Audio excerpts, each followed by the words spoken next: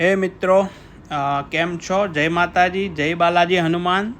આપણે ગણપતિ વિસર્જનનો વ્લોગ નવો આવી ગયો છે. ધાર્મિક વ્લોગ સાથે આવી ગયા છે ફરી.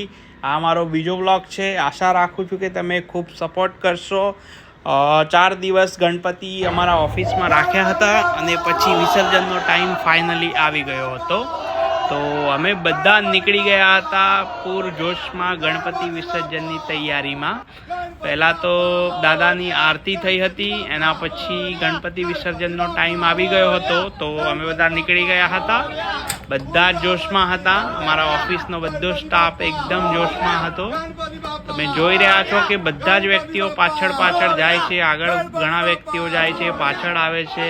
અને લોકેશનની વાત કરું તો અમારું જે ઓફિસનું લોકેશન છે તમે જોઈ શકો છો, બિલકુલ પરફેક્ટ બી છે. આગળના પાર્ટમાં આવશે તમે જોઈ શકો છો કેટલી પબ્લિક છે.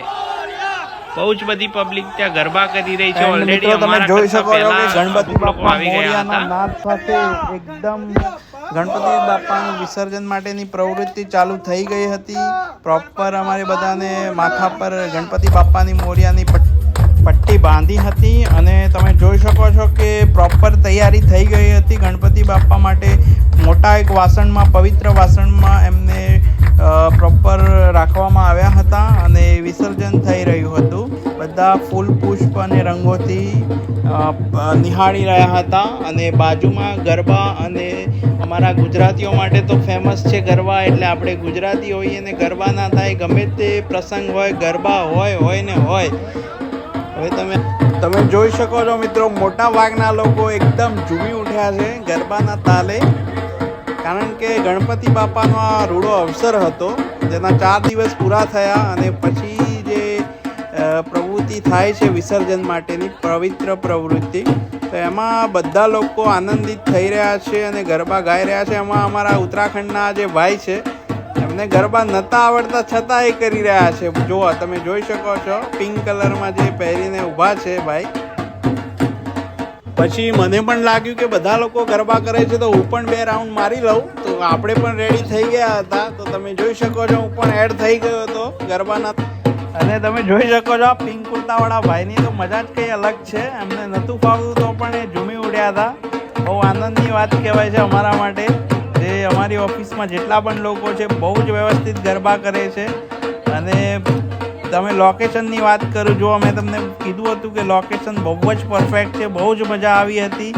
અને અમારી ટીમ જે સાથે જોડાણા હતા એ બધા જ વ્યવસ્થિત ગરબા કર્યા હતા. બાપાનું વિસર્જન પ્રોપર કર્યા પછી જે આનંદ લીધો હતો, અમારા આ જે છે ભાઈઓ, અમારી ઓફિસના સ્ટાફ મિત્રો છે. બિલકુલ આ પરી મેડમ છે, ભાર્ગવભાઈ છે, શિવાની મેડમ છે, બિલકુલ મારા સ્ટાફ સહીજનો છે.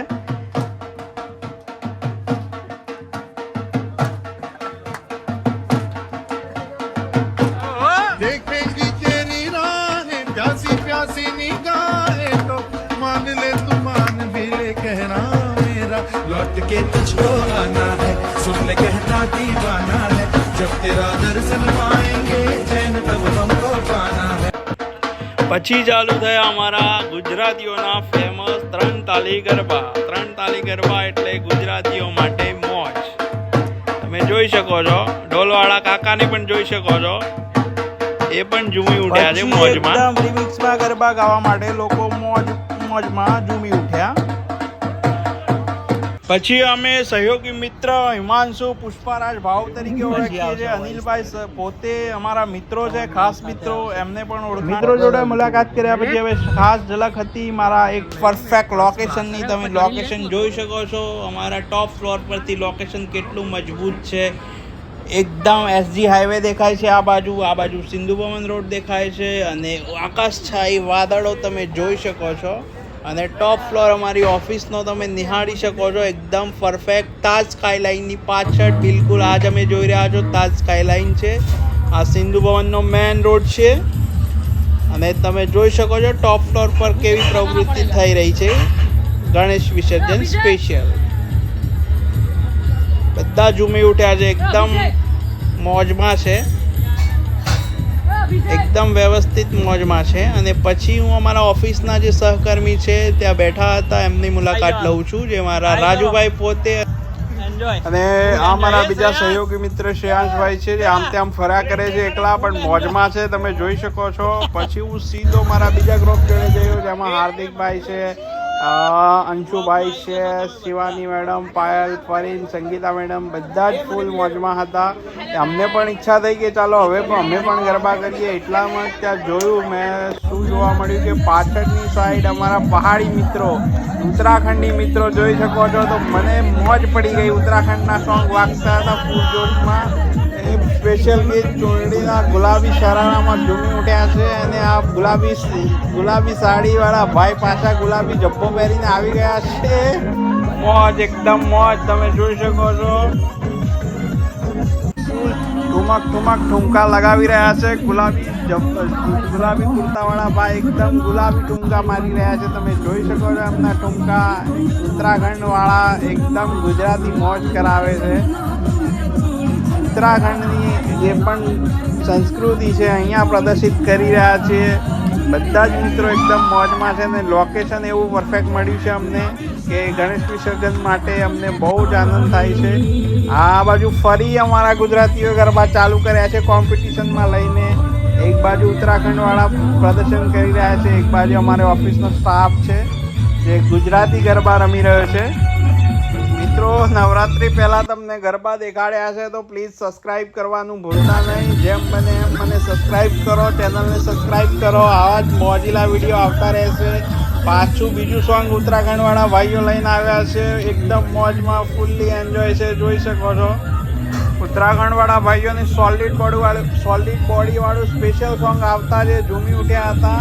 અને હવે વારો હતો એક પરફેક્ટ લોકેશન ફરી બતાવવાનો. અમારો ટોપ ફ્લોર ઉપરથી જે પણ સ્વિમિંગ પુલનું લોકેશન છે એ તમને બતાવીશું.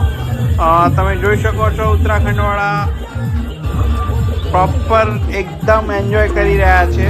હવે વારો હતો પ્રોપર ફરી એક લોકેશનની ઝલક.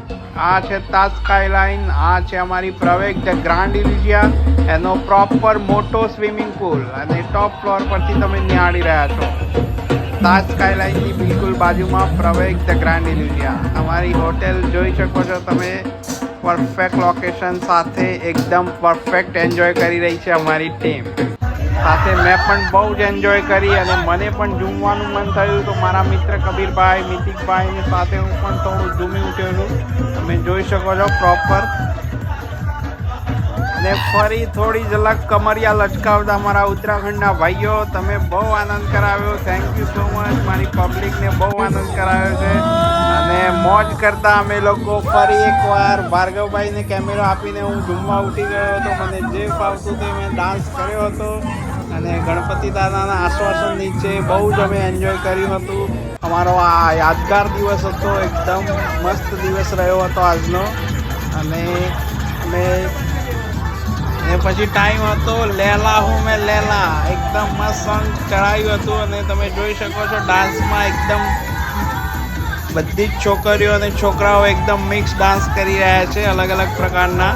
ખૂબ એન્જોય કર્યું છે. કબીરભાઈ ફૂલ મોજમાં હતા, તમે જોઈ શકો છો. ડાન્સ તો એમનો બાકી એક નંબર. ડાન્સ ઓડિશનમાં કાલે એમને મોકલવાના છે સીધા મુંબઈ.